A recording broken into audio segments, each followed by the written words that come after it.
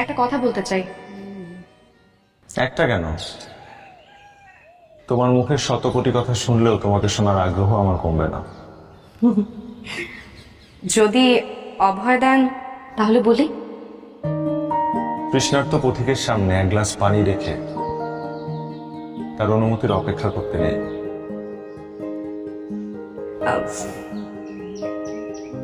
আপনার ভ্রুযুগল অনেক সুন্দর।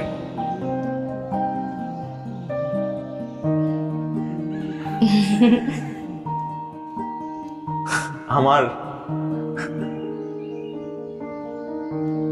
আজ পর্যন্ত কবিতা, গল্প, উপন্যাসে নারীর চোখের, ঠোঁটের, নাকের, মুখের রূপের বর্ণনা অনেক শুনেছি, কিন্তু এই প্রথমবার ভ্রুর বর্ণনা শুনলাম, তাও বা একজন নারীর না, একজন পুরুষের।